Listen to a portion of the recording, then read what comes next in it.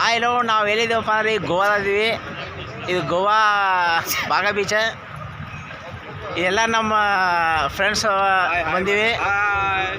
ಇವ್ರು ನೋಡ್ರಿ, ಇರ್ಗಾಸ ಅಂತೇಳಿ. ಇರ್ಗಾಸ, ಚಂದ್ರು, ಸಚೇತ್, ರಾಮನಗೌಡರು, ಉಮೇಶ್ ಸರ್, ನಮ್ಮ ಜಾಧವ್ ಅವರು,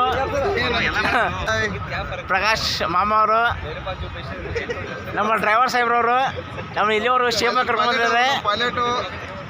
ಇವರು ಇವರು ಆಪ್ತ ಮಿತ್ರರು ಮಾಡ್ಸರ್ ಅಂತೇಳಿ ಯರಗಟ್ಟಿ ಅವರು, ಹಾಂ, ಸತ್ತಿಗಿರಿ ಅವರು. ಅವ್ರು ನಮ್ಮ ಜೊತೆ ಬಂದಿದ್ದ ನಮಗೆ ಹೆಚ್ಚಿನಾಗೈತಿ. ಯಾಕಪ್ಪ ಅಂದ್ರೆ 2 ದಿವಸ ಅವ್ರು ಭಾಳ ಕಡೀವಿ. ಅವ್ರನ್ನ ಕರ್ಕೊಂಬರಕ್ಕೆ ಕಾರಣ ಇವ್ರು ನಮ್ಮ ಪ್ರಕಾಶ್ ಅವ್ರ.